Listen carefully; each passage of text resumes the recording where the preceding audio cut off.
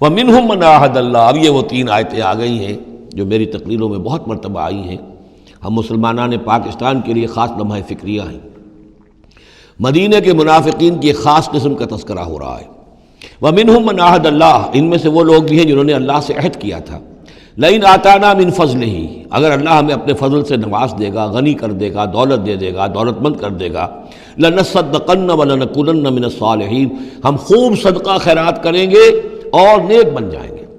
فَلَمَّا آتَاهُم مِّن فَضْلِهِ، جب اللہ نے انہیں نواز دیا اپنے فضل سے، غنی کر دیا، بَخِلُوا بِهِ، اب اس دولت کے ساتھ بخل کیا، وَتَوَلَّوْا وَهُمْ مُعْرِضُونَ، اور پیٹھ موڑ لی اور اعراض کیا، فَعَاقَبَهُمْ نِفَاقًا فِي قُلُوبِهِمْ، تو اللہ نے سزا کے طور پر ڈال دیا ان کے دلوں میں نفاق۔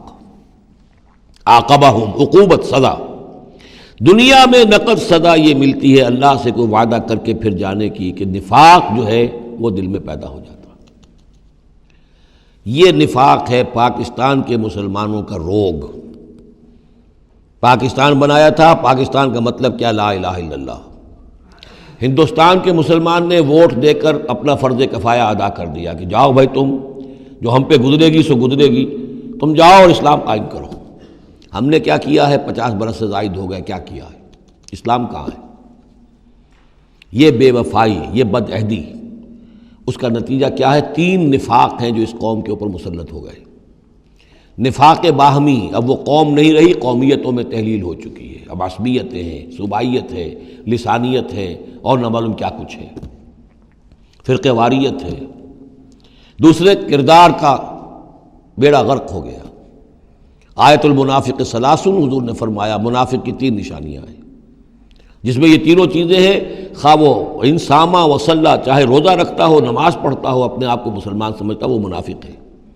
جب بولے جھوٹ بولے، جب وعدہ کرے خلاف ورزی کرے، اور جب کہیں امین بنا دیا جائے خیانت کرے۔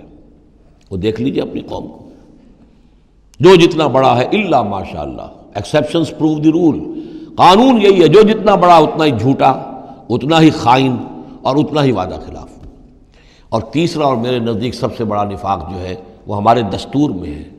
دی most secret document of state is the constitution. اور منافقت کا پلندہ ہے کہ ایک ہاتھ سے اسلام داخل کرتے ہیں، دوسرے سے نکال دیتے ہیں۔ ایک دفعہ دیکھیں تو اسلام ہی اسلام، کیا اللہ، اتنی بڑی بات، no legislation can be done repugnant to the Quran and the Sunnah, اتنی بڑی بات۔ یہ تو معلوم ہوتا ہے کہ سورہ الحجرات کی پہلی آیت کا ترجمہ کر کے دستور میں لکھ دیا، لیکن اس کے ساتھ ہی اس کے اوپر کوئی اس پہ عمل کرنا ضروری نہیں ہے، وہ لکھی رہے گی بس۔ اور ہم نے ایک آئیڈیالوجی کونسل بنا دی ہے، وہ اس کے مطابق سفارشات پیش کرتی رہے گی، اور ہر سال اس کی رپورٹ پیش ہو جایا کرے گی، خلاص۔ کوئی اس میں سینکشن نہیں، کوئی اس کے نافذ کرنے کی کوئی ذمہ داری نہیں، کوئی پابندی نہیں۔ فیڈرل شریعت کورٹ، کیا کہنے ہیں فیڈرل شریعت کو، بڑے بڑے چوٹی کے علماء، اور کیا کیا تنخواہیں ان کو ملی ہیں، اور کیا کیا مراعات ملی ہیں، وہ سب کچھ ہے، لیکن صورت کیا ہے؟ دستور پاکستان بھی تمہارے دائرے سے خارج، عدالتی قوانین بھی تمہارے دائرے سے خارج، یہاں تک کہ آئلی قوانین بھی تمہارے دائرے سے خارج، مالی قوانین بھی 10 سال کے لیے خارج۔ تو کیا کرو گے بیٹھ کے؟ تنخواہیں لو اور ایکسرسائز ان فیوٹیلیٹی، وقت گزارو، اللہ اللہ خیر صلی اللہ۔ منافقت میرے نزدیک اس پوری دنیا کے اندر شاید دستور کی سطح پر ایسی منافقت کہیں اور موجود نہ ہو۔ یہ ہے ہمارا روگ اصل۔